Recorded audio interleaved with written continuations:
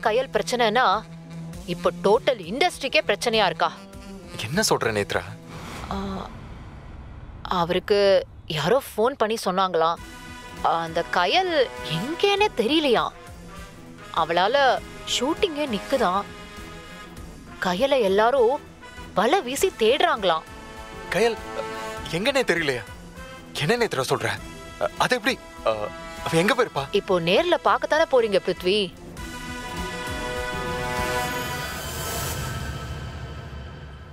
ஐயோ வேணான்னு சொல்றல, போங்க.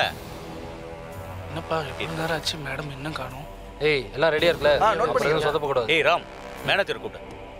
இந்த கூப்பிடுறேன். மேனேஜர் ஏங்க என்னாச்சு சார்? இருக்கேன், அவங்க எடுக்க மாட்டேங்கிறாங்க சார். எனக்கும் இப்ப என்ன பண்றதுன்னு புரியல சார். அது சுரேந்தர் தானே? ஆமா, கயலோட லவ் ஸ்டோரி டைரக்டர் அவர்தான். என் லைஃபே போச்சு சார். 7 மணிக்கு ஃபர்ஸ்ட் ஷாட்னு கையல் கிட்ட சொன்னோம். ஆனா அவங்க இன்னும் ஸ்பாட்டுக்கே வரல. ப்ரொடியூசர் கிட்ட நான் என்ன சார் பதில் சொல்றது? நான் ஷாட் வச்சுட்டு உட்காந்துட்டு இருக்கேன். ஃபோன் பண்ணா எடுக்க மாட்டேங்கிறாங்களாம். என்னமோ நான் தகராறு பண்ணி அவங்க வராத மாதிரி பில்டப் கொடுக்குறாங்க. ப்ரொடியூசர் கிளம்பி இங்க வந்துட்டு இருக்காரு. இப்பதான் சார் பேசினேன் உங்ககிட்ட. ஐயோ, கடைசியில எல்லாமே ஏன் தலையில தான் சார் வந்து விடியும். சொன்னா புரிஞ்சுக்குங்க. நேத்ரா, என்ன நடந்துச்சுன்னு போய் கேளு. நமக்கு எதுக்கு பிருத்வி இதெல்லாம் தேவையா? இல்ல நேத்ரா, என்ன ஏதுன்னு எனக்கு தெரியணும். எனக்கு என்னவோ இதெல்லாம் தப்பா இருக்கு. ப்ளீஸ் நேத்ரா, என்னன்னு போய் கேட்டு வாங்க ப்ளீஸ். ஓகே சார், ஏதாவது பேசி சீக்கிரமா ஸ்பாட்டுக்கு வர சொல்லுங்க பண்றேன் சார். தம்பி கார்த்திக் நம்பர் கொடுப்பா. அவரு கால் பண்ணு. நம்பர் சொல்லு. நம்பர் என்ன? சுரேந்தர். மேடம் 4126. இந்த நம்பர் தான். Hello. Hi madam. Hi. Okay. என்னாச்சு சுரேந்தர்? எல்லாம் ரெடியா இருக்கு சார். மேடம் வந்து ஸ்டார்ட் பண்ணிடலாம். மேடம், கையலால தினமும் டார்ச்சரா இருக்கு மேடம். ஏ? அந்த கார்த்திகோட சேர்ந்துக்கிட்டு ஒரே ஆட்டமா ஆடுறாங்க மேடம்.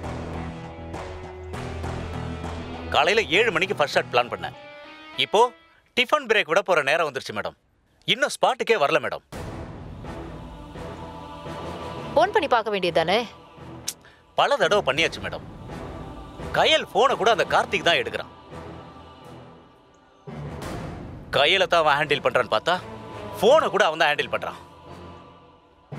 என்னமோ உலகத்துல இல்லாத மேனேஜர் இந்த மாதிரி இருந்தா இவனுக்கெல்லாம் யார் மேடம் டைரக்ட் பண்ண சான்ஸ் கொடுப்பா? கையலுக்கு மேனேஜரா வந்து ஏன் உயிரை எடுக்கிறான்? நீங்க சொல்றத வச்சு பார்த்தா போலீஸ் கம்ப்ளைண்ட் தான் கொடுக்கணும் போல இருக்கு. கையில காணோம், கண்டுபிடிச்சு கொடுங்கன்னு. அப்படி நடந்தாலும் ஆச்சரியப்படுறதுக்கு இல்ல மேடம். இவ்வளவு குடைச்சல் கொடுத்தா எப்படி மேடம் ஒரு டைரக்டர் கான்சென்ட்ரேட் பண்ணி படத்தை எடுக்க முடியும் சொல்லுங்க? எதுக்குடா இப்படி ஒரு படத்தை கமிட் பண்ணணும்னு இருக்கு மேடம். ஒவ்வொரு டைரக்டருக்கும் முதல் படம் ஒரு கனவு. இப்ப எல்லாமே எனக்கு கனவா போயிடும் போல இருக்கு மேடம். அதாவது சுரேந்தர், எப்பவுமே ஆர்டிஸ்ட்ங்கிற பொறுப்பு வரப்போ பங்க்சுவாலிட்டி வேணும். அதெல்லாம் தொழில் பக்தி இருந்தாதானே வரும். அந்த கார்த்தி எப்ப கையலுக்கு மேனேஜரா வந்தானோ அப்பவே அவங்களுக்கு லைஃப் போயிடுச்சு மேடம். கூட இருந்துகிட்டே அழகா ஸ்கெட்ச் போட்டு தரான். இவங்களும் ஆடுறாங்க. இப்ப கூட என்ன சொல்லி கொடுத்துருப்பான் தெரியுமா? நீ பெரிய ஹீரோயினி ஆயிட்ட, ஷூட்டிங் லேட்டா போய் பில்டப் கொடுன்னு சொல்லியிருப்பான். அதனாலதான் இப்படி பண்றாங்க மேடம். அந்த கார்த்திக்கு என்ன பார்த்தாலே பிடிக்கல மேடம். அவனோட நோக்கமே வேற. இப்போ ப்ரொடியூசர் இங்க வந்துட்டு இருக்காரு. அவர் என்னை பத்தி என்ன நினைப்பாரு மேடம்? நான் தகராறு பண்ணதுனாலதான் அவங்க லேட்டா வராங்கன்னு நினைக்க மாட்டாரு? இதெல்லாம் எனக்கு தேவையா மேடம்? கையலும் கார்த்திக்கும் சேர்ந்து தனியா ஒரு ஸ்கிரீன் பிளேவே பண்றாங்க மேடம். ஸ்பாட்ல தான் சேர்ந்து கூத்தடிப்பாங்கன்னு பார்த்தா இப்ப வெளியிலே ஆரம்பிச்சிட்டாங்க. இதெல்லாம் பேக்கப் பண்ணதுக்கு அப்புறம் வச்சுக்க வேண்டியதானே? இந்த அநியாயத்தெல்லாம் நான் எங்க போய் சொல்லுவேன்? டென்ஷன் ஆகாதீங்க சுரேந்தர், வந்துருவாங்க. சரி, நான் வரேன். எனக்கு ஷூட்டிங்க்கு டைம் ஆயிடுச்சு. Okay madam.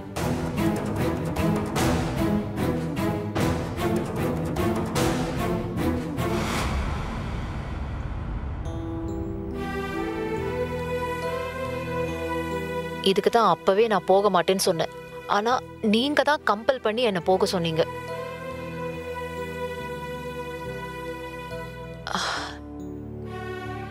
நீங்க ஏன் ஃபீல் பண்றீங்க? இதெல்லாம் ஒரு பொருட்டாவே எடுத்துக்க கூடாது. நீங்க மூட் அவுட் ஆனா நம்ம ஷூட்டிங்க தான் அது பாதிக்கும். அந்த கயல் யாரோட சுத்தினா நமக்கு என்ன? லேட்டா வந்தாதான் நமக்கு என்ன? இல்ல நேத்ரா, கயலுக்கு எவ்வளவு சின்சியரா சினிமாக்குள்ள வந்தான்னு தெரியுமா? எவ்வளவு இன்வால்மெண்டோட நடிச்சாங்கிறத நான் பார்த்திருக்கேன். ஆனா இப்போ அவளை ஒருத்த தப்பா கைட் பண்றான், கெட்ட பேர் உண்டாக்குறான்னு கேள்விப்படுறப்போ ரொம்ப கஷ்டமா இருக்கு நேத்ரா. உனக்கு தெரியாதது ஒண்ணும் இல்ல. எங்கேயோ ஒரு கிராமத்துல இருந்து வந்த பொண்ணு மொத படத்திலேயே ஜெயிச்சிருக்கா. ஆனா இப்படி தலைக்கால் புரியாம ஆடினா அது எங்க போய் முடியும் நேத்ரா? கையில எப்படி எல்லாம் பண்றான்னு என்னால நம்பவே முடியல. Really unbelievable. இன்னுமா நம்ப முடியல? ரொம்ப அநியாயமா இருக்கு நேத்ரா. இது எங்க போய் முடியும்னே தெரியல. அது கண்டிப்பா நல்ல விதமா மட்டும் முடியாது பிருத்வி. அது மட்டும் எனக்கு புரியுது. சரி வாங்க, இதுக்கெல்லாம் நீங்க மனசு கஷ்டப்பட்டு நம்ம நேரத்தை வேஸ்ட் பண்ணக்கூடாது. ஒரு ஆர்டிஸ்ட் எப்படியெல்லாம் இருக்கக்கூடாதுங்கிறதுக்கு கயல் ஒரு எக்ஸாம்பிள் பிருத்வி.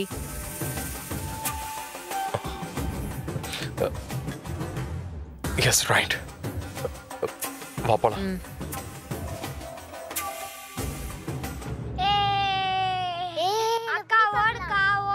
நீ இந்த வீட்டை விட்டு போயிரு. நீங்க இருந்தா எங்களுக்கு எல்லாம் அவமானம். சொல்ல வேண்டியதெல்லாம் நான் சொல்லிட்டேன். இதுக்கு அப்புறமா நீ பிடிவாதம் பிடிச்சா என்ன உயிரோட பார்க்க முடியாது. என் படத்தை தாண்டி தான் நீ வீட்டுக்குள்ளே வர முடியும். என்னங்க நீங்க வாடற வீட்ல சாகரேன்னு பேசுறீங்க? ஏப்பா இப்படி எல்லாம் பேசுறீங்க? ஆமா, அப்படிதான் பேசுவேன். உன் நடிப்பு தொழில எனக்கு பிடிக்கல, அது கேவலம்னு நான் நினைக்கிறேன். அப்ப அப்படிதானே பேசுவேன். எனக்கு பிடிக்காததை நீ பண்ண கூடாது. இந்த நிமிஷமே நீ எல்லாத்தையும் தூக்கி போட்டுட்டு இங்க வந்து நில்லு. அப்ப நான் உன்னை பொண்ணா உடனே ஏத்துக்கிறேன். எப்படிப்பா இதெல்லாம் பண்ண முடியும்? நான் எவ்வளவு லட்சியத்தோட போராடி இன்னைக்கு இந்த இடத்துக்கு வந்திருக்கேன். ஆனா எப்படிப்பா என்னால விட்டுட்டு வர முடியும்? அப்போ வராத, போயிடு. லட்சியம் நீ நினைக்கிற, ஆனா எனக்கு அனாவசியம் அசிங்கம்னு தோணுது.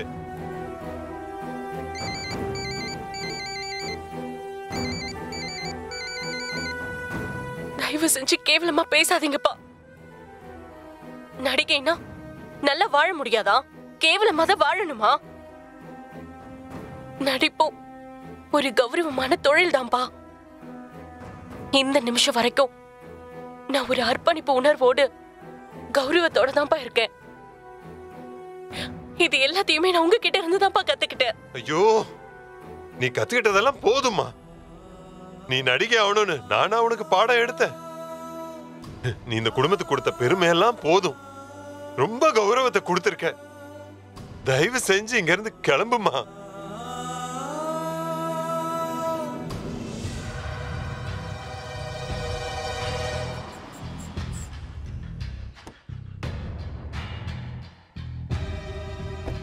Good morning sir. Good morning. என்னதான் பிரச்சனை சுரேந்தர்? என்ன பிரச்சனைனே தெரியல சார். கையில் இன்னும் ஸ்பாட்டுக்கே வரல சார். எங்க இருக்காங்கன்னு சொல்ல மாட்டாங்க, எப்போ வருவேன்னு சொல்ல மாட்டாங்க சார். ஓகே சார், அவங்க போன் கார்த்திக் கிட்ட இருக்கு சார். போன் பண்ணா அவன் தான் எடுத்து அட்டெண்ட் பண்றான். நான் பேசுறேன். மேனேஜர் கால் பண்ணுங்க. இப்ப கூட எடுக்க மாட்டாங்க சார். இப்படி இருந்தா எப்படி?